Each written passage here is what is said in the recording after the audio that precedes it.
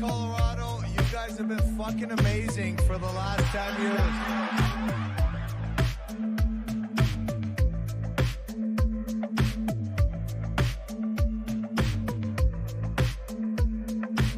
Let me start off with a Twitch feed this morning, and I got to get the whole name right. Mile High Hockey Lab.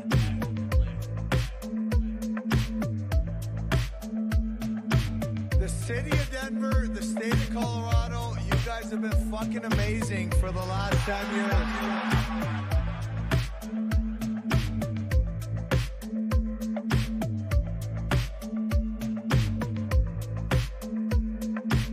Let me start off with a Twitch feed this morning, and I got to get the whole name right. Mile High Hockey Lab.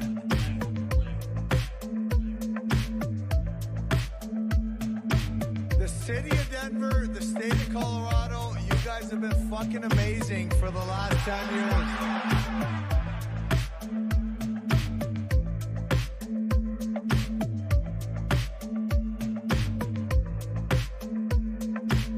Let me start off with a Twitch feed this morning, and I got to get the whole name right.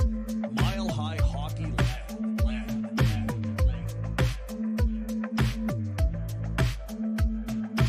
The city of Denver, the state of Colorado, you guys have been fucking amazing for the last 10 years.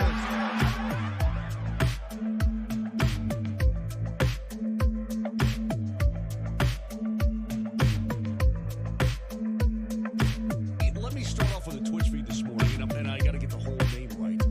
Mile High Hockey Lab.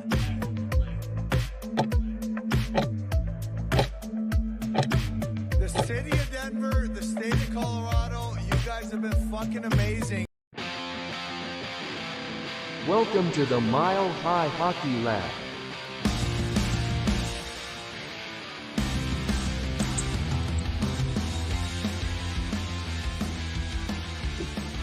Oh, holy moly, my goodness. Hello and welcome to the Mile High Hockey Lab. If you hear some thunder in the background, it's because it is pouring rain here where I'm at in Pueblo, Colorado. So you might get some, I don't know, some like easy listening along with today's podcast. My name is Adrian Hernandez. I'm here with Evan Lou, Ezra Parter, and of course I'm here with Jackie K as well. And we are in the building to talk Colorado Avalanche hockey. We're going to cover a few things. We've had some news hit the wire in the last few days since our last episode. We had Pierre-Edouard Bellemare, who's coming in on a PTO, so we'll talk a little bit about that. We'll talk about the rookie face-off, which some Colorado Avalanche prospects that are on the front of our mind participated in. We will also do our first sort of preview of the new season as we get the preseason started for the Colorado Avalanche next Monday against the Stars. And we will finally do what I've dubbed this segment is Give and Take, and it's the Young Guns edition, because I think we could do this give and take during the season with some players that I think will be on the hotbed, as they always are. There's somebody who's people want to get traded. But anyway, give and take is basically where we will give a point, maybe not give a point, or take a point, and we will see how this stacks 5 of the young guns that we've picked as we go through camp over the next 4 weeks. And then we'll end with our bold predictions, as we can actually make some with pending results and stuff like that. So that's cool. And we will go through our long, extensive log of previous bold predictions and see if we can hash some of those out. So thank you, first of all, to all of you folks for tuning in. Please head on over to the website and all of our socials. And thank you to the 3 of you for joining me. I'll just get right into it, Evan. As I previously mentioned, to start, PEB is on a PTO here in Colorado. So what are your initial thoughts on that?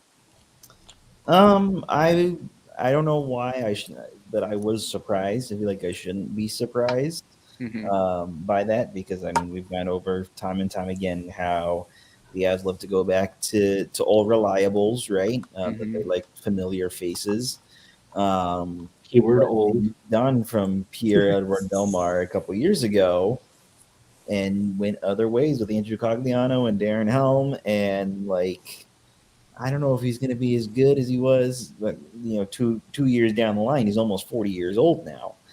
So I understand it, I get it, and I also, unfortunately, also think it kind of pencils him into 4C for the moment, and doesn't really give like Oscar Olausen or Cal Ritchie a good look, as we have preached on this show all summer long. So I'll be interested to see, kind of how he fits in, with training camp starting up this week, what that'll look like. If he'll be the only PTO, that ends up being on the training camp roster, and if the Avs really do decide that it's going to be him, or if they like their reliable players too much that they'll just keep him and not cut him. So I don't know. We'll see.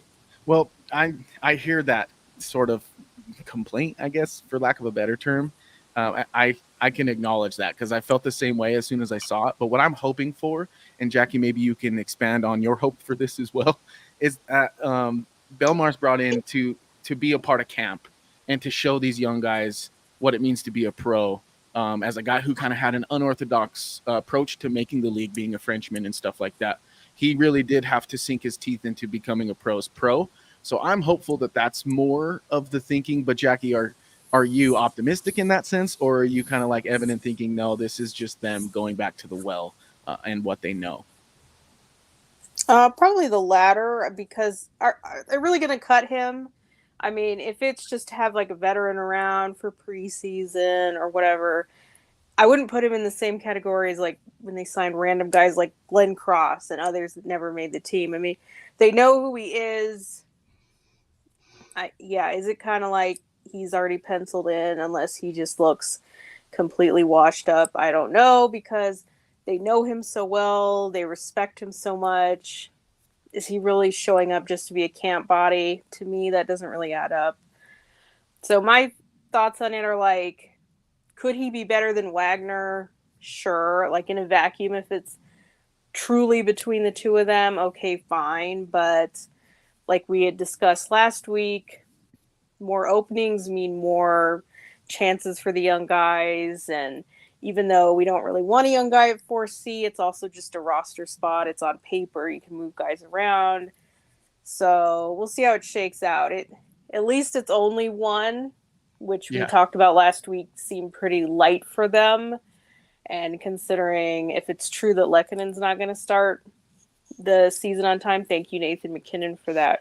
Dropping that rumor, if it is true, we'll see what truth comes out from Bellemare tomorrow. But yeah, they're going to need several guys, so it still does feel like there's opportunity for young guys, but with every veteran and every AHLer, it's easy to give them those spots. So we'll see. That's definitely the major concern with all of this, and I think that's appropriate to be concerned about that. But we've talked about, maybe the void really, or the job that's up for grabs. I think Bellemare fits that 4C role pretty easily, but I don't know that he fits the second line void that seems to be. Oh, definitely not. So it's like I still feel like like Olausen and Ritchie have an opportunity in that sense, because I don't think you're really bringing those two kids in to be a true fourth line center the way you would bring in Bellemare to be a true fourth line center. But that's also not a permanent opportunity, because we do expect hopefully at least two of the three wingers to show back up and take their jobs back. So, it's a little false in a way like that. And one other thing about Bellemare that I wanted to bring up, he only played like 40 games last year because he had real rest. We know that Bednar doesn't do veteran rest. So that would be another, is he going to accept that he cannot play Bellemare every single game? Or are we just going to ride him until he breaks down in January? Yeah, that's another concern. We'll have to see about that. I know that initially PEB was brought in. One of the things that they said the first time around he came in was that he was really good at situational faceoffs. Ezra, do you think that that's a thing still in terms of the thought process in bringing him in? And what are your initial thoughts with the PTO? Yeah, I think that's exactly why he's brought in. I mean, the Avs penalty kill lost the draw, I think 70% of the time last season, which just gives the offense, the power play of the opponents an extra 20 seconds opportunity. Before, if you win the draw, you clear the puck, that's 20 seconds usually. So that's a big deal, and he's a huge upgrade on that front. He shouldn't really be playing too much, but if he's only playing in penalty kill situations and some fourth line minutes totaling like somewhere between 6 and 8 minutes, I don't have a huge problem with it. Obviously, the roster spot blocking part of it sucks. But I'd love to see like a Foodie or somebody else get an opportunity to play that fourth line center role. But the truth is there isn't a guy who profiles as a penalty killing center or a penalty killer at all among the guys that we've been talking about as young players. So there is a hole in the roster that there's nobody else capable of filling, and PEB is specifically an answer to that hole. He is a circular peg in this circular hole, you know? And I think on that side of it, I'm like, okay, yeah, I see it. I'm excited. But then you factor in, like we said, the roster spot blocking, his age and usage from last season, like what Jackie's saying about breaking him down. I mean, even in 8 minutes a night, he's a 40-year-old guy.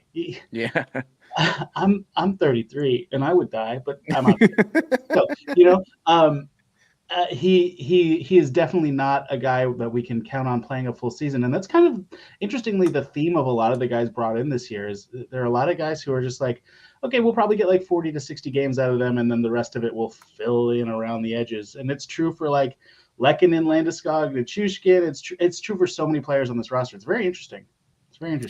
Yeah, and you know, you mentioned that he's almost 40 years old, and it's crazy. Towards the end of your career, like 5 years time means a lot more than the beginning of your career 5 years time. Like when you go from 18 to 23, you go from prospect to in your prime.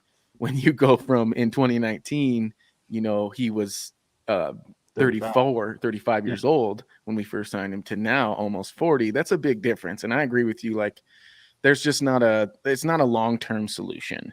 And I know that it's probably 4C, so you don't really need a long-term solution, but you kind of do in the sense of like chemistry, especially like on a penalty kill. Like you want the beginning of the season, you want to be working on the penalty kill in a way that when the end of the season rolls around and you're in the playoffs, you've built that chemistry, you've built those relationships and that understanding of, you know, other players' tendencies so that they work best together.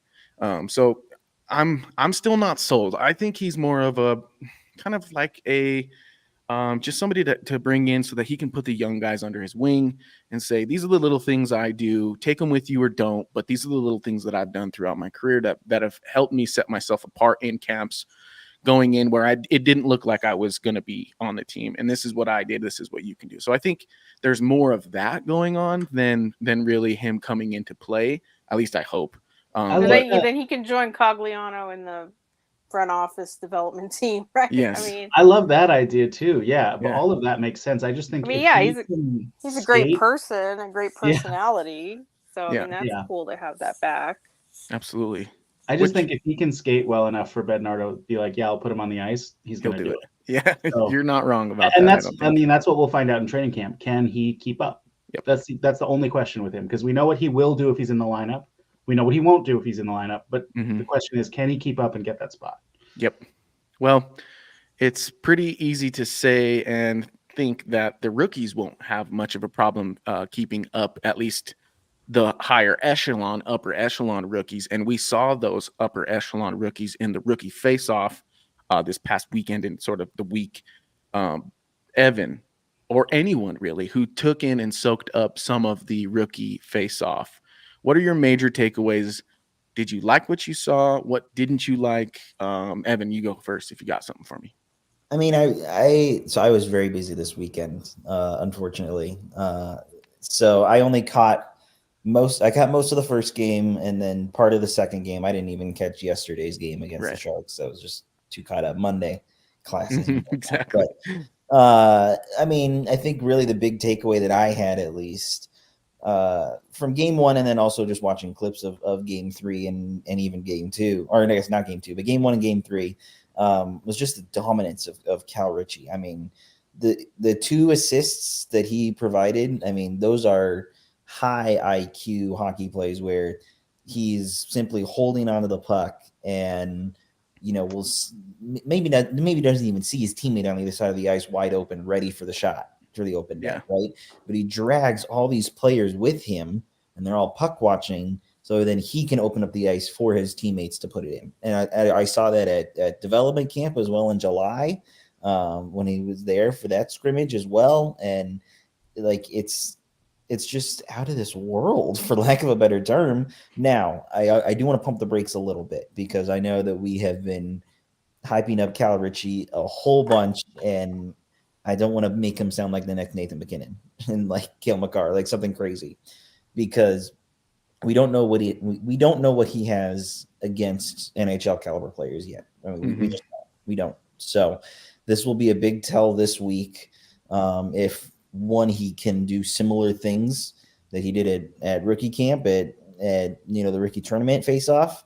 Can he do it in a preseason game? Can he do it against Nathan McKinnon and Cale Makar, right? Can he provide that? So he was really the kind of big takeaway. Outside of him, I mean, there wasn't really much else I feel like to watch and look out for. And I mean, ultimately they went winless this weekend. So season's over, pack it up. 25, 26, but no, I'm just kidding. So yeah, that was really about it. Yeah, that was my major takeaway too, was like, it just felt like the guys that we were hoping would play well did. And I'm with you. Like, we haven't learned the hard way here in Denver yet. We shouldn't take much from rookie performances in the preseason and beyond. Hear me, Bo Nix. But it's even more so in a rookie face-off. It's not even preseason. This is him amongst, his peers in a sense, age group wise. And I think, though, that there is something to take away in terms of that thought process, which is when the time comes and guys like Callum Ritchie aren't playing up against basically an older era, a much more seasoned veteran era of hockey players in the NHL. Once those guys leave the NHL, there will be, and there shows to be, optimism in terms of Cal being among the dominant ones when it's just majorly his age group in the NHL. So I do think that there's something to take away from those rookie faceoffs. Maybe not so much preseason, but just in terms, the same way we look at juniors. These kids are playing against kids their age, and we know that when they get to the league and they're in their prime, those are probably going to be some of the similar names. And if they are elevating here and now, they might do so in the future. So I think that that's a good sign for Cal Ritchie. But Jackie, I do want to see what you thought. Was that your major takeaway as well? And are you still excited about Callum Ritchie's chances? Well, I'd liken the face-off more to AHL competition, so I think it is a step up. It's not just like 18, 19, 20-year-olds. It's like the Avs had a lot of older players on their roster. It's supposed to be under 100 pro games, but it is more of like an AHL feel. I'd say AHL style of game. So I think for him to find a way to thrive in that environment's a good sign. But I agree, like this, and it's for him and anybody else. I know there was like a comment like, okay, well, who could make the Avs? It's like, oh my goodness, you can't tell that from rookie face off. Yeah. We're not even talking about the older guys like Poland, etc. Like, no, you can't tell that. But I guess my two takeaways from the event as a whole, it doesn't really matter that they didn't win because there's not even a winner of the tournament. It's just kind of a way to name it, I guess. But they weren't close in two of the games, and I'd liken that to not great defense and not great goaltending. Like they didn't, other than Barons, they had no prospect defenseman and no prospect goaltender. So I think you could feel it in the lack of depth in those areas. The forwards are okay. Like we've talked about, Alaus and Ivan was there. Max Curran had moments. So everyone that you wanted to see kind of show up and at least give a memorable moment or two did. And so to that extent, I think it was successful. Yeah. I was impressed with what Ritchie did. His two big assists were on the power play. He also had an assist where he won a face-off back to Alausen. And yes. So I think he finished with 3. There's a debate whether or not he had a third assist in the first game. But if it was, it would have been secondary. So gotcha. Either way. But anyway, I was impressed that he was able to make that power play work. Now, I want to emphasize it is extremely challenging to have any sort of competent power play in this environment. You have guys that have never played together before. the environment, it's still kind of on the verge of summer hockey. It's very sloppy, unstructured, anything that you can think of. It's just usually a giant mess. And we don't have exactly, the World Junior All-Star team on this roster either. So for him to make that power play look cohesive, be able to run it within structure, even Schneekloth said he was outstanding on the power play, is a real credit to, I think, his talent level, his IQ. And he set up both Poland and Steinberg for goals. Let's just say those two aren't exactly the most prolific AHL players. Okay. So it wasn't like easy slam dunk here. So that's my takeaway. I think that he showed that he can thrive in that kind of environment, that he can elevate the play of others. I think we saw that in their little burgundy and white game, whatever they called it in the development camp. I think in the game there, he elevated who he was playing with. So little takeaways like that can translate into main camp and moving forward. Yeah, well, he's on an upward trajectory still. That's what I'm really focused on, which we'll get into later with our give and take segment. But Ezra, I want to get your finishing touches kind of on the rookie face-off and tell us who you think is going to make the team based on what you saw. Yeah, I was only able to watch the third game, yesterday's game against the Sharks, and for the first period, I was like, "Wow, there's more talent on this Avs group than I thought there was going to be." Some of the younger, some of the like not even prospect defensemen looked good for a little bit. Anytime Cal Ritchie with Olausson and Steenberg were on the ice, they were dominating. It looked good for a bit, and then the second period happened, and man, were those defensemen exposed. It was rough. The penalties were crazy too, but the penalties were nuts. I mean, Kasper Halttunen on the Sharks, like it seemed like every time he was on the ice, he punched somebody with the box. It was not a good hockey game, but my big takeaway from it was Sean Behrens. Really, I mean, when he was on the ice, the Avs could get out of their zone and get on the attack. When he was not on the ice, they could not. I was really impressed with him. I was really happy to see that. Richie, of course, I won't I guess beat a live horse because he's not dead. He's very he was great. Steinberg looked good, Steinberg, however you pronounce it. I think that's partly because of Richie. And then there were two other this guy Hildebrand, the big I saw him. Yeah. He took some penalties, but like truly I was like, oh, that looks like an NHL fourth liner to me. He's got a ways to go with his puck skill. He doesn't have much right now, but he could be somebody in the future who could make a lineup. And then I was pretty disappointed in Oscar Olausson. I don't know about the other two games. I didn't see them, but that game, it seemed like everything was dying on his stick. He would take a puck into the corner and lose it. I was pretty disappointed in that. But yeah, I don't know. It was fun to get to see Avalanche hockey again. That's Well, at least we also found out that they weren't going to wear white helmets with the home kits. So that's right. I think that you can put that rumor to bed. Thanks, Kovalenko, for the really cool Upper Deck hockey card, though, in the future. Like, if he has a great career and you can get your hands on that card where he's wearing a white helmet in the rookie camp, I mean, it might be worth a pretty penny one day. There's going to be a story about how that one happened. Like, did the Avs not send a helmet? Yeah, that's a really good question. What happened there? you can't overnight a sweet Avs helmet to Kovalenko. I don't get it. But yeah, it'll make a cool hockey card. That's all I'm gonna say. But I'm with you. Like, I thought Olausson he showed some struggles and he showed some strength. Like Jackie pointed towards, that shot was pretty epic off the face-off, the goal he had. So I'm pretty stoked about that. We got Brennan chiming in. What's up, Brennan? He says, Ivan rocked it too. Do we just call him Ivan squared? Or no, yeah, I said Ivan. Yeah, Ivan is, I mean, what can you say? He had some good energy. He might have that try hard that Bednar likes. Yeah, I like the try hard that Bednar. I like that you put it that way. It was funny on the broadcast. They did like a drop down bar under the score, and it just said, Ivan, great name. And it just, no one even touched on it. It was just like random as hell. I didn't know if they were like trying to cue. Oh, the announcers were talking about it because then they had to point out their guy. I don't know. To me, I think it's like once you've heard that talking point once, it's kind of I've heard it. Yeah, Thanks. exactly. Right on. Sounds good. But I'm not a meme person, so Yeah. maybe That's okay. it's a cool meme to some folks. I just kind of get over it. Yeah. Well, now that we're over the Ivan thing, let's talk about Avs and Stars, which is coming up on Monday. It's going to be the first Colorado Avalanche preseason game. We are officially going to get the schedule of the 24-25 season off and running against a familiar foe. Unfortunately, we're going to have to look at that green right away, right off the rip.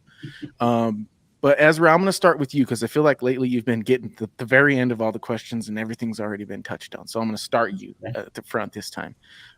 What is it that you'll be focusing on come preseason game number 1? Well, I mean, we don't know the lineup yet, right? So it's hard to know exactly who to be looking for. But for me, it's whether Cal Ritchie looks good against men. If we see Sean Barron's playing, same. It's really just, are these young players going to be able to make a name for themselves, make an impact, and earn a longer shot at camp? Alausen too, if he can bounce back from what I thought was a weaker game yesterday and come out and show something against a Dallas Stars team that's also going to be filled with players trying to make a name for themselves, that would be impressive. I'm curious to see what happens in net to an extent. I mean, we seem to think Kevin Mandolese is not really going to be a number 3 goalie for this team. There's got to be somebody else coming in. I think that's a reasonable thought, but maybe he gets a game to show that he deserves to be a third goalie. We'll see.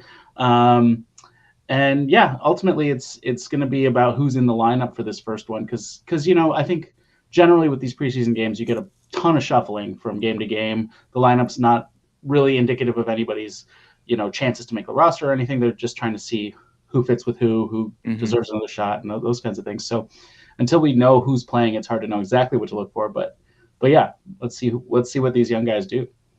Yep, you're totally right. Waiting on that roster to drop is kind of the thing. We'll get that first, and all the commentary will begin before the puck drops about what the roster means. And you're right. Most of the time it means absolutely nothing. They're just trying to match guys up with each other to see kind of what that brings out of them. But folks, while we have your attention, there's about 227 of you listening and watching live. So thank you very much for tuning in. Please head on over to X and give us a follow. You can see everything up there. Follow at all caps MHH_lab and at Mile High Hockey. And of course, we have a YouTube channel. If you're watching there, thank you so much. Please subscribe. And a Twitch, same goes out to you. When you do that, you help us monetize, and then you help us keep rolling and getting guests and everything like that. So thank you folks so much for your support. But Jackie, continuing with this Avs and Stars talk, and I had this one penciled in the script as a Cal Ritchie question, but I think I'm just going to open it up to everybody. When you're watching these preseason games, what's your true barometer of success for the guys that are kind of fringe roster players? Are you asking me this? Yes. Okay. Yes. My first big question is, who is going to see these games? It's not going to be us. Yeah, that's true. They're supposed to announce this super secret streaming service that we have not heard a single thing about in weeks. So fingers crossed, I guess, but continue. I guess I'll just give my kind of I'll be going to the second home game. I usually like to go to the first home game when the Avs had like a bunch of real prospects, because you knew that was probably going to be the only game that they would play in.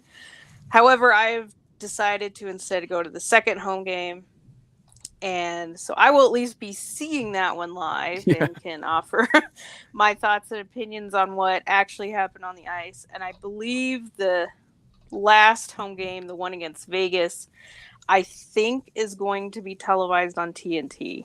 I think so. Yes, it is. So that should be something that we should all be able to see. And then as far as the other games, the away games, it's up to the other teams if they're going to have a stream or something. We'll see. But my expectation is there's no way that we're going to see the first game, unfortunately. I don't think there will be a broadcast of it at all. So then, which is unfortunate, because I do think a good amount of younger players will probably play in it, but it won't be the last we see of Ritchie, knock on wood, or anybody that we're really talking about that has a decent chance of making the roster. So usually the first game is just for the guys they're sending back. The second game is away. I expect that one to be a total AHL special. they're not going to make anybody good travel to that game. Usually an early away game is like the AHL game. Yeah. So you might see guys like Poland and Pavel and, ones that are on the bubble, maybe Malinsky, etc., play in that game. But then the 2 home games, the Utah one I'm going to, and then the Vegas one I mentioned, usually the Avs make the rosters better for those because they're at home. So you might see like McKinnon or Rantanen in one, something, they at least try to make it respectable for the home team to watch. And then I'm curious how they approach the last 2 away games. We know that the last game is always like a dress rehearsal. Basically, the real team plays that. The second to last game is an away game, which will be interesting to see who is made to travel for that. You have to go. Sorry about it, bro. Yeah. Well, then it can kind of be interesting because then it really is like, okay, who... Because it's starting to get real then when you're in the second to last game. But going back to this game that we were talking about, I definitely be looking at time on ice. I'd be looking at line mates and role. Especially for young guys, you want to see shots on goal because that indicates involvement. Since the game isn't an NHL arena, we should have NHL stats, Corsi, expected goals, etc. You can't take a ton away from that. You can't take away preseason analytics is not the be-all, end-all, but can give you a little indication of how things went. So I'll be looking at all those things absent being able to actually see anybody on the ice. And I'll probably listen to the radio broadcast as well. So, like I said, you're just looking for indicators of success, let's just say. Yeah. I think that's fair. And honestly, like to me, in the preseason, it really is, for at least the layman fan like me, it's like an optics thing. Like I'm mostly looking to see if like a guy jumps off the ice, off the screen, so to speak, as like somebody who's skating significantly better than everybody else on the ice. I think that always bodes well for whomever that is. Same with kind of the puck handling and some of the passing. Like if you see a guy out there really kind of setting himself above others in terms of those attributes, those are the kind of things that I feel like still translate as you move up in the ranks of the hockey world. I will definitely be looking for that in camp is NHL passes, because that's something that you can see in a camp environment. And NHL receiving of passes. Yes. It's almost just as, if not more important, because you can chuck that thing, but can you catch one from McKinnon that's coming screaming at you? And I know in particular, McKinnon is like one of those dudes where it's like, if you don't put it right here with the perfect pace, like I'm going to yell at you, because if you put it right here with the perfect pace, I might score. But I rest my case there. Evan, what are you hoping to learn about this Avalanche team as a whole from preseason hockey? I think the thing that people should be taking away is that it's not all about the stats, right? Because you could see, I don't know, Oscar Larsson got 4 goals in the preseason. He's got to be with the first team. It might not happen. If he did, he should, though.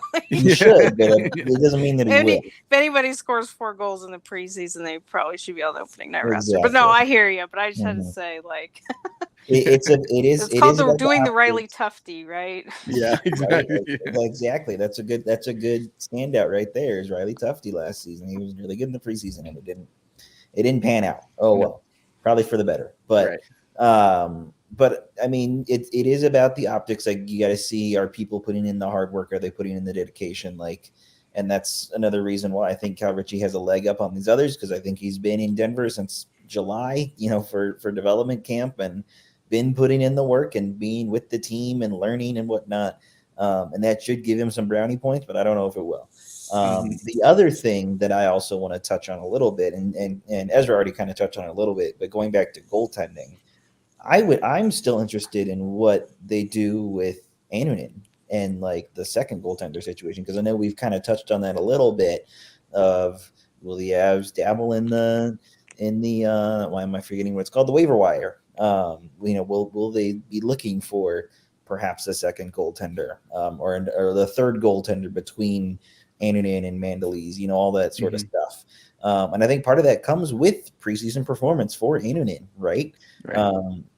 is he going to be making similar saves that he did last year, where he was pretty good, or is he going to maybe take a step back because of the guys that are in front of him? It's more of an AHL crapshoot, that kind of Jackie touched on already, and therefore that'll make him, for lack of a better term, regress and struggle, maybe let in some softer goals than maybe he would have last season with an NHL team in front of him. So I think that's another big thing that I'll be watching / listening for, is seeing how Annunen will do, because I have a feeling that he will probably get a good chunk of the preseason games. Georgiev maybe gets one, and then it'll probably be a good mix between Annunen and Mandalese down the road. And then, of course, if they pick up anybody on the waiver wire as well. So that'll be fun. That'll be interesting to watch. I don't think that they're going to get anyone else on the waiver wire from goaltending, but it's certainly not out of the realm of possibility. I wanted to touch on the broadcasting thing real quick. They might not be on TV, but Connor McGahey and Altitude have already said that all of their games will be on radio at least. So you can at least listen to what's going on and paint the picture in your head best as you can. Yeah. I think, I don't want to go down the rabbit hole of the broadcasting thing, because you guys, I'm sure you know how I feel based on, I write a yearly article about how we don't get to watch the best team in the city still.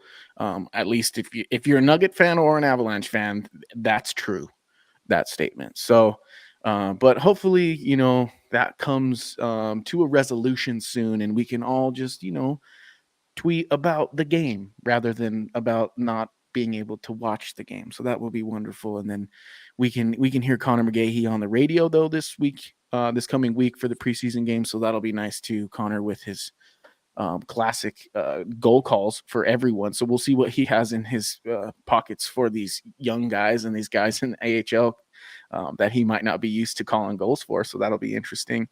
But this is a good segue. We're talking preseason hockey. We're talking what we can learn from that about these young guys. And that brings me to our final segment, where we're going to talk about Give and Take, the Young Guns edition, and we're going to do our bold predictions. So I'm going to do a little bit of an intro again of this segment called Give and Take. Basically, what I asked is that the four of us voted on, I think it was like 10 or so players that were kind of on the bubble. And we decided to weed out the ones that we felt are either kind of like shoe-in roster players or not really on the bubble, kind of outliers. And we decided to go with our top 5. Since we've had this discussion, I've decided to go top 6. And I've added a tab into our stock up, stock down sheet for Sean Barons, because I don't think it's appropriate that we have these other guys on this and not him, based on him sharing a pretty strong characteristic of it being kind of time for him to figure this out.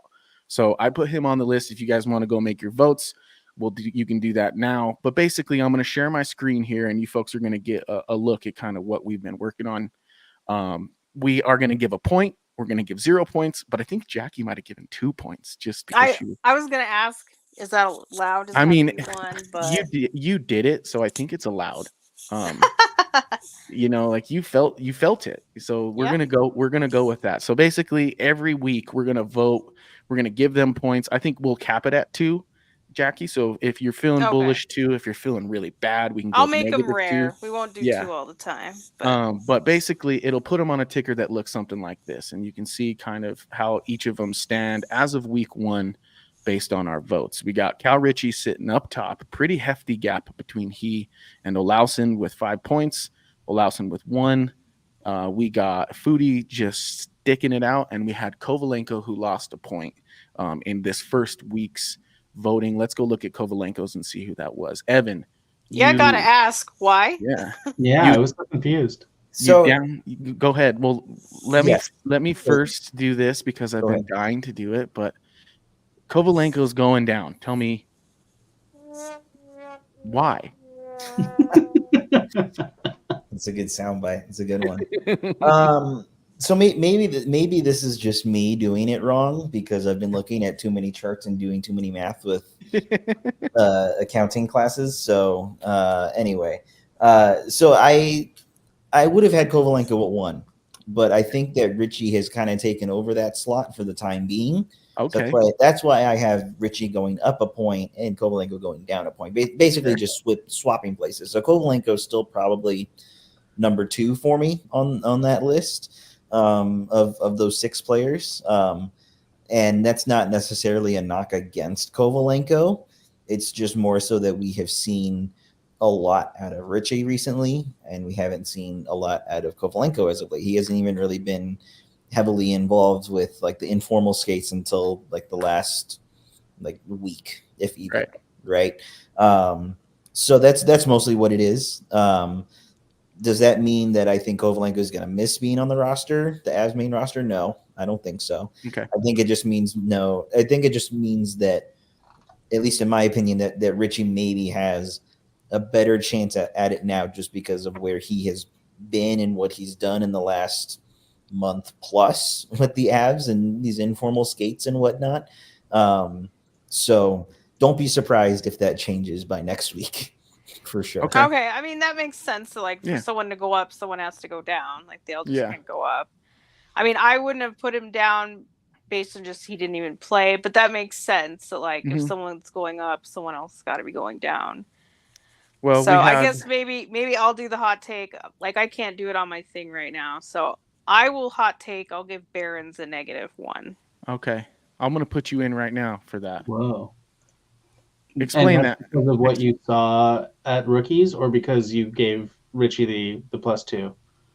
No, I wasn't like disappointed in his play, but I just think he's like not close. So if we're looking at the lens of like making the team and like who's close, like who's making strides towards that, I really don't think he surprised me in that way. Let's just say I think he's not close. I think he might get a call up this year, but he's not going to be like on the team because I agree with you. I like the puck moving from him. I did think, and not that this tournament was great at defending in general, but I think he does need a little ways to go defending professionally. So if we have to hot take a little bit, I'll give Barons mine -1. There you go. I agree with you though, because I feel like that he's kind of the odd man out on the Avs prospect of defense right now. Like you have obviously Malinsky, who played a good chunk of games last year. I thought he was going to be the 6th defender this year, but now you have Calvin DeHaan, you have Oliver Shillington, you have all these different guys that have come in, and you still have Gulyayev overseas as well, who just started his KHL season, and he's been off to a pretty good start out there as well. So it's really just like not enough spots for too many people. That's really what I think it is. So I'm surprised, of course, that they did bring in the likes of DeHaan, Shillington, Brandstrom, all these defenders, and didn't give true looks at Malinsky maybe moving up to the NHL roster full time. You could maybe argue Barons with that too, but I don't know. I feel like that Barons is going to struggle in the AHL. I think the production won't be what people expect, and he's going to get hit with, a lot of what the others get hit with. Like, you're in the AHL, and why can't you score? Yeah. Because he's not running power play 1. I'll tell you that right now. Yeah. And I'm not even sure about power play 2 either. Like, he's going to have to get his production at 5-on-5. Who's he playing with? He's not going to be on the top pair. So I am interested to see the production and then also the perception of that production. Yep. Yeah, I agree. He's going to be a tough one to. The reason why I did it like this, and the reason why I called it give and take, is a good example with Barons, because I think that we all view different things as barometers of success. Naturally speaking, we're all just individuals. So I think properly analyzing these, fringe players in this camp is really a game of give and take. You have to take some of the good and some of the bad and decide where that lands them. So in these current rankings, we got Kovalenko at -1, Foudy at 0, still no movement. And we got Olausson, who went up, and we got Richie, who went up quite substantially. So let's talk about Olausson and let's look at our votes there and see how we got where we got. Ezra, you gave him a -1 with Jackie and I giving him a 1. Let's start with you, Ezra, and your -1. Why? Yes. What was your reasoning? Well, so I was giving out pluses and minuses here based on what I saw in the rookie face-off, right? So guys who didn't play, I gave 0s. Guys whose games I liked, I gave 1s. And guys whose games I didn't like, I gave a -1. And Olausson, unfortunately, like I said earlier, he didn't look good against the Sharks. And you know, it's a guy he's a guy who played in the AHL, so there's some expectation that he'll be above the level of some of these younger players who are coming in for the first time to the rookie face-off, and he just didn't stand out to me. And I think if he's not standing out at that level, he's going to have a harder time making the roster. Which, you know, maybe that's an obvious statement, but he needs to bounce back from that to earn a 1 from me next week. You know, if his training camp goes well, I'd be excited to give him a 1. I thought his play this week didn't from what I saw. I only saw one game, but I can only grade based on what I see. Yeah, exactly. Yeah, I don't think there's anything wrong with that. I think you're that's an appropriate way to score. You can't really just go off of what you think you didn't see. You know what I mean? So yeah, I'm with you. I can agree that there were moments where he did seem like he was gonna have some problems taking certain elements of his game to the next level. I would agree with that. I will say though, that, and Jackie, maybe you can expand upon this. It wasn't just the goal, but it was about how he and Cal Ritchie seemed to be kind of not head and shoulders above the rest, but definitely clear that they were closer to being NHL ready than most of the guys on the ice. Would you agree with that, Jackie? Yeah, I would say so. And like you said, I did give him the 1. I think he met my expectations. Like I thought, like the whole thing was sloppy and everyone had turnovers and but yes, is Olausson ever going to be like the most engaged person? Probably not. And I understand that there's a minimum level that you're going to have to meet to be in the NHL. But like I said, we got Burakovsky when he wasn't perfect as an NHL player and made it work. So I think there's some room in there for maybe not expecting him to be a try-hard, and then also for him to kind of elevate his game. I also agree with that. Because I did feel like that line worked with him and Ritchie. Now, was that all just Ritchie? Was that him doing a little bit of the work as well? I thought he had enough good moments. Like they worked well on the power play. I felt like he was able to keep possession on that left side. Like Ritchie was more on the right side and Olausson was on the left side a lot. And so it was up to him to keep possession on that side. I think that's important. He was able to do that. So for me, I felt like I saw enough of the good that I wasn't necessarily, taking points off for some of the other stuff, which is very hard to show in this environment. Like, I know that kind of said that about Barons, but he's a defenseman. Still, you're looking for things a little bit differently there. You want to see a little bit better defense, especially from defensemen. So I guess that's the difference for me there. So, but yeah, we'll see. I know that Olausson, he does need to start bringing the game together, at least to a certain point. Mm-hmm. Yeah, he's in such an interesting and monumental time in his career. And I think like that sort of thing can either make or break a guy, and we'll find out sooner rather than later as we kind of roll along through preseason. But I just kind of want to open this one to the floor. And actually, no, Jackie, I want to stick with you. Ritchie's sitting at a 5, which before today I didn't think was possible based on the rules. But now we've given him a 2, and I think we're going to stick with that. That's incredibly rare. We'll save him. But explain to me why you've given him 2 points. I guess maybe for me, the way I'll think about it is a 1 is sort of like meeting expectations. So it's not just being like just average or meh, but I have certain expectations. I think he met them, but I think he also exceeded them. Like I wasn't expecting a hat trick or, like what kind of scale are we talking about? If he goes out and has a hat trick in preseason game, that's a little different than what he did at the rookie tournament. So I will make the 2s a little bit more rare. Like I said, I just kind of felt it and threw it out. But to get back to my point, I think meeting expectations for me is about a 1. But if you exceed them, you should get an extra point. So I do feel like, I mean, it's hard. He had the most points. He had the best plays, primary assists. Like, he was the best player on that team. And we're talking about guys that have played in the AHL, other first-round picks, other high picks, and he was the best player. So to me, I think that deserves an extra point. Fair enough. And I think like it sets the stage, I think, appropriately, which is why I allowed the 2-point vote, because I feel like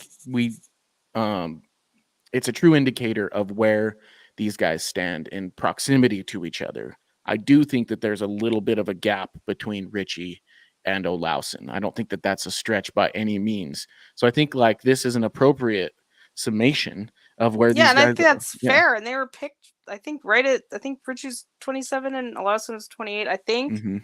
So that is a fair point. Like, should they be the same level of talent? And Ritchie's younger, and he's by far the better prospect. He also hasn't had his, devaluation in the AHL, which doesn't help anybody. Like, imagine if Olausson had just showed up from Sweden to start this year. Think about how different that hype would be. But that's a really good point. I didn't even think of that. Yeah. But it is true when you compare them that Ritchie is, at this point, a better prospect. Yeah. And you know what? I think he has a better chance of making the team too, based on that. Yeah.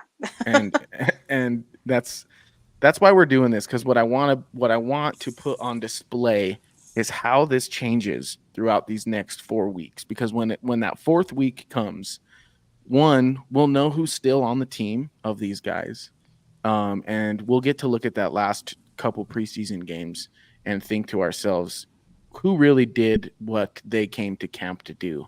And when game 1 rolls around and we wait for that opening night roster, if we're right, we'll give ourselves a ding. And if we're wrong, we'll give ourselves an X, we'll tuck our tail between our legs, and we'll continue to think that we don't know what we're talking about, as usual. Because most of the time, the guys I watch in preseason and in training camp that I get excited about don't play. And that's just the reality of the situation. However, I'm hoping that that's not the reality of the situation this season. I think if there is a season for one of these guys to make the roster that we get all excited about, it's this season, based on Colorado's needs, based on their cap crunch, needing to find value and play from cheap means, I think will bode well for these young guys. Yeah, if it doesn't happen now, when they're in the middle of a rebuild, like what are we waiting for? Yeah. Yes, correct. So all that leaves us with now, folks, is bold predictions. So thank you so much for tuning in to our episode today. This is the 72nd edition of the Mile High Hockey Lab. If you want to go hear the other 71 versions of this, please head on over to Apple and Spotify or your preferred podcast network, as we will have this episode released tomorrow, and you can speed us up so we sound like chipmunks if that's what you're into, and you can listen to us in half amount of time. So that's pretty cool. But let's finish this the way we usually do, as we start getting closer and closer to actual Avalanche hockey, and let's do bold predictions. What do you say? It's a bold strategy, Cotton. Let's see if it pays off for him. I call that bold talk. All right, so let's just go through our log real fast so we know where we sit currently. Rudo, we had a great guest, Mr. Rudo from DNVR. He said Cal Rich is going to get NHL games this year. He said that like 3 weeks ago. So he's definitely still in the running for that ding. It's looking good. Ezra, you said all 8 defenders will be on the roster to start the season. That's still looking pretty good as well. And at least 4 preseason games for Cal Ritchie. That's looking very good. And then you had a signing date for Mikko of September 30th for $11.5 million AAV at 9 years. So that's out of context. That seems like I don't know what I'm talking about. That was because I was one-upping Jackie by it. And they're all three. Because you can't sign for 9 years. Right? Yeah. It's I was going to say, if you were going to Prices Right me, you should have gone 7. I was just one-upping, and I thought it was funny, but then we never discussed it, and I was like, oh, people might think I'm stupid. Well, maybe they'll just sign him to a second extension, and it'll be at the end of his 8-year contract, and it'll be for a year. I'm comfortable with people thinking I'm stupid for things I say that are wrong. But well, I was gonna do you. Gotta know. I was gonna do you a solid though when I got to Jackie. I was gonna say, and Ezra said that because Jackie said Miko will sign on September 20th. I got ahead of it. Jackie, you said he'd sign September 29th, which is the day before Ezra, at 11.25 and 8 years, which is 1 year less than the non-existent 9-year contract that Ezra put forward. You also said that the Avs would be adding a goaltender via waivers or trade before the season starts. That hasn't happened yet, but it's not unlikely. And you said Cal Ritchie is under 4 games in the regular season, I assume that is. No, I meant we were talking preseason. Okay. I thought, Under maybe 4. I'll just go under because I think Ezra said his first. Yeah. And then, so I kind of was going under, which Gotcha. isn't necessarily a bad thing. I mean, he definitely needs to play some games, but they might be not wanting him to get hurt because they plan on playing him game 1, right? That something like that. Like 3 isn't necessarily a bad thing. Yeah. And he probably, and let's be real, if he's not on the team, he's probably not playing the last game either. Yeah, So, exactly. Yeah. He kind of needs to play in that one, but yeah, we'll see. We'll see. It was a little bit of Prices writing it, but yeah, you guys are going neck and neck on that one. Like we have to hand out a ding, basically. When, but like I said, I don't think it's necessarily a terrible thing. Like I think you see like Malinsky in every game, or almost every game. Yeah, I think you guys accurately predicted the line though, the number. Where I think it is. 4. I think it will be like 3 or 4 for sure. And then I had Malinsky will make the opening night roster. We shall see. And Evan, you said Miko will get paid less if Miko does not resign before the season starts. I have McKinnon in here. Thank God McKinnon signed already. Oh, phew. So we'll see if that happens. We still got some time for that. But we got some hockey coming, and we've had rookies playing and stuff like that. I want to get your guys' bold predictions this week that will resolve by next Tuesday. What do you got? Who wants to go first? Evan, ready? I've got one. I've been ready for this one. All right. And don't worry, this will resolve before our next show on Tuesday. Gabriel Landeskog. Joe Sakic has already kind of commented that his return is imminent and will be, he'll be playing again sometime this season. And I think that he will participate in training camp in at least some of the drills, in some of the team drills that they do. He's already done a little bit of them during these like informal skates. He'll jump out onto the other sheet of ice where the rest of the team is and join in on a couple of rushes. And I think he's going to do the same during training camp as well. I don't think he'll just be solely on his own. Awesome. So we're going to get to see some team action from Gabe Landeskog. And I did see that he was kind of jumping back and forth, courtesy of Brendan Vogt, between the two styles of training, which is a good sign. I still haven't seen him getting dirty in the corners or anything like that. That's really. Oh no, he's not even close to contact. That's really for me. Yeah. So I'll spin off of yours, Evan. I'm going to spin off your bold prediction, and my bold prediction that will resolve by Tuesday is that we still, well, maybe that's not very bold. I'm going to go the other way. We will see Gabe Landeskog working with the team in a physically grueling, visually drill before next Tuesday. That's just being very hopeful. So Bold Hopes is back, baby. Yeah, I love it. Ezra, what do you got for me? Okay, well, there's only going to be one preseason game by the time we go again. So I'm going to get real specific about that game. Nice. I predict that Sam Malinsky and Sean Behrens are a pair in that game, and they're an excellent pair. Ooh. I don't know exactly what that means numerically, but just they're going to look good. Will we be able to see the game? I have no idea, but they're going to look good. And if that means only in my imagination of what happened, You're setting yourself up to get the ding already. I see how. Well, I imagined that it was going my way. So repeat your bold prediction again one more time so I can type it out. Yeah, Sean Barons and Sam Malinsky will play together as a pair in the Monday, September 23rd preseason game against Dallas, and they're going to be good. They will be good. I'm now putting your guys' bold predictions in quotes. So we've officially, mine included, we've gone to the unquantifiable, which is perfect for bold predictions. Because like you said, if it's in our imagination, we can still earn a ding. Jackie, your last but very not least, what is your bold prediction? Okay, well, for me, what is most interesting about training camp starting is the lines they put together in the pairs, and they're not set in stone, but it does give you a pretty big hint as to what the coaching staff is thinking, like what they want to see. So I'm going to be very interested to see, for example, like what they do with Richie. Is he just on a line with AHLers? Probably not great. Is he on a line with NHL players? That's better for his chances. Like how do you even group him in a line? I'll get to the actual prediction, but I'm saying I find it very interesting. Like, how do you even think about what do you want to see him?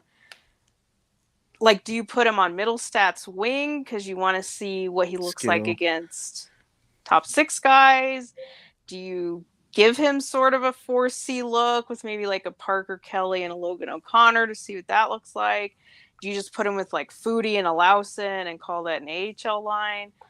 So I'm very curious to see like kind of what the groupings are. But I will say for my official bold prediction that Kovalenko will be on middle stats wing. I don't have a great feeling for the other side.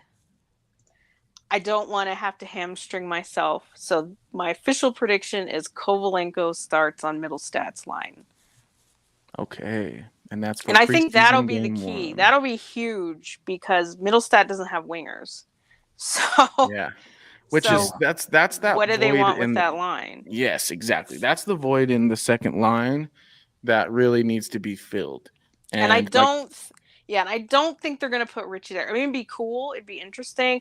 But I do think they want to keep him at center. I just hope they play him at center with the NHL players. Yeah. If he's on the AHL line, I mean, it'd be fun and all, but that's not a path to an NHL job.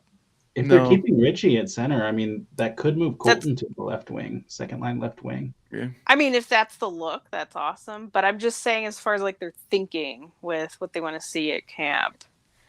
My whole thought process is in an ideal world, they probably want one of these young guys on the second line to take LOC off and put him on the third line again. Because I mean, O'Connor can't be on the second line. No. If they start camp with Parker Kelly and O'Connor on middle stats wing, what are we doing? Like they've given up. Like yes. They lost the plot. And I know people say it's camp day 1. It doesn't matter. Oh, it matters. Yeah. Because that's what they sat down and they've talked for days, probably weeks about what they want to start with, what they want to get a look at, etc. If that's thinking day 1, we're in trouble. Yeah, exactly. I want to see either the Colton Wood O'Connor line, or like I said, if they're trying to give Richie a little bit of an NHL look with like O'Connor, that's okay. That's okay. But we cannot start with Parker Kelly and Logan O'Connor on middle stats wing. That would be bad. Plus, we want the Logan O'Connor Wood line, correct? Like that was awesome. That worked pretty well. And they know it works. So I know that they don't necessarily just need to do that camp day 1. Not in camp. O'Connor could not be in the top 6. If O'Connor, I have up my appreciation for him, and I know we're all happy he's back. He cannot be in the top 6. You are not winning the Stanley Cup with Logan O'Connor in your top 6. Period. No, period. In the short term, he could be a decent fit with Drouin and McKinnon as like the guy who. No. It could work. No. He's been on McKinnon's wing. It did not work. No. It's kind of funny because he didn't have like an offensive player opposite him. I thought. No. I'm not accepting it. Look, you already lost if you've done that. I'm not saying I want that, and it's certainly not a long-term solution. But until Lehkonen gets healthy, I think you just then you've somebody's got to dig. Who do you they've have? given up. Who are you penciling in at top line right wing right now? Miko. top line, the first line. Miko Are you saying because Middlestat doesn't have wingers, they're gonna have to put him with Miko? I mean, no, I'm just being dumb.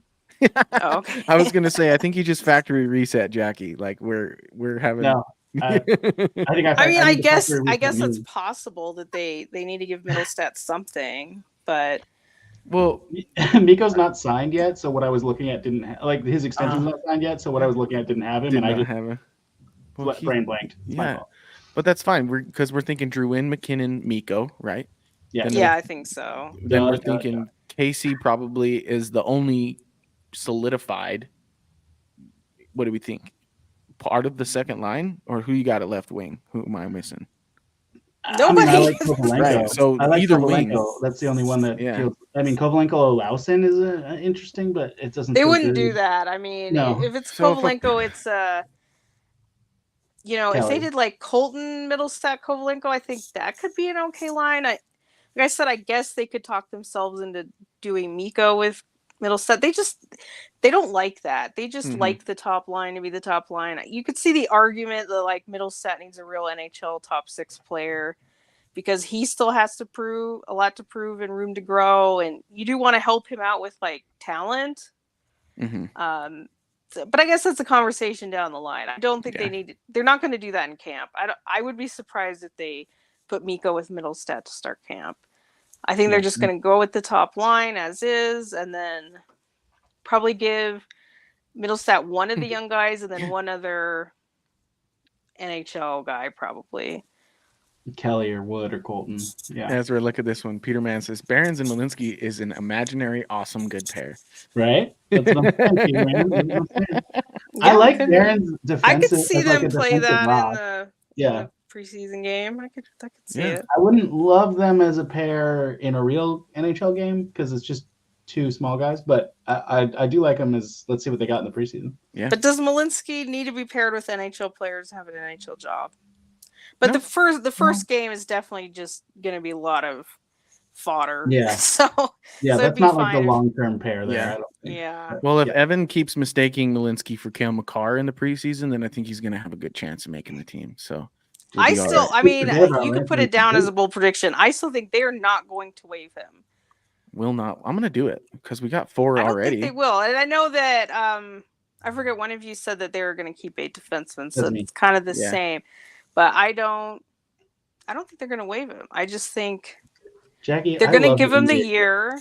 Like they just don't waive guys that have value. The guy scored 10 points in the NHL last year. Like they can't waive that. No. Like he's on the team one way or the other. I think they know that. They accepted it. They knew it was going to happen before they signed all these guys. So we'll either find out somebody's injured or they have another idea, but I just don't think he's the one that's going to get waived. And no matter what you think about the Bowen Byram trade, to me it felt like Malinsky is the reason it was kind of like the tipping point for them. I don't know about that. just my opinion is that they saw him and went, well, we have a little bit of more if they thought that was an there. Appropriate replacement, we're talking about will he get waived or not? It's kind of well, no, not like a 1-for-1 replacement, but just a numbers game in terms of their back end. And they knew they had a guy who they thought could play NHL minutes. Yeah, if they got exactly. And that they could afford to put. He's not a number 3 defenseman. He probably never will be. So I don't know. And then they went out and got Walker anyway, so it's not quite true. But yeah, I hear you. That's true. Yeah, that's a good point. That's a good point. I think ultimately what we're going to end up with is Brandstrom as second line left wing. Yeah. Get ready for it. I probably need to save that rant for another show, but I hate like who decided that, well, this guy is your 7th defenseman. So, I mean, he naturally can just play forward whenever you need it. Like, well, maybe listen, in my NHL 24 best dynasty, I moved Cale Makar to right wing, and it worked. Hey, that might work. I mean, somebody that talented points, okay? And that was all simulated. Could work. I mean, look at Curtis McDermott. What are you talking about? It works. He was not we're off the rails now. This is cut it. Well, if you've got your bingo card out, my time with NHL 24 stuff. If you've got your bingo card out, they do. We did NHL 24. We hit Curtis McDermott, so we're down near giving somebody a bingo right now. We have to be. We should actually make one of those, like a Mile High Hockey Lab bingo card. Will Ado say, and or all the things that I use as little fillers of time. Will I say those things? Like, it would be fun. We can give away tickets that way. Maybe who That's knows? fun. Yeah. Well, folks, thank you so much for putting up with our constant rambling about Colorado Avalanche and all things hockey, I guess you could say. We got about 420 of you, wink, wink, nudge, nudge, here watching live. So thank you very much for tuning in. We really appreciate you doing so. Please head on over to our website, milehighhockey.com. We got previews, recaps, opinion pieces, all kinds of fun stuff over there. So please check that out. And of course, give us a follow on X at Mile High Hockey and at all caps MHH_lab. You can see it right up there. And last but not least, please go over to podcasts, your podcast platform, Spotify and Apple Podcasts, and add us and listen to our extensive catalog. You can follow the Avalanche through the years, through our mouths and into your ears. Oh my goodness, that rhymed. So, for lack of having one of those filler things to say, I'm just going to say go Avalanche, and I hope you people have a wonderful evening. Until next time, thank you very much. Thank you for tuning into the Mile High Hockey Lab.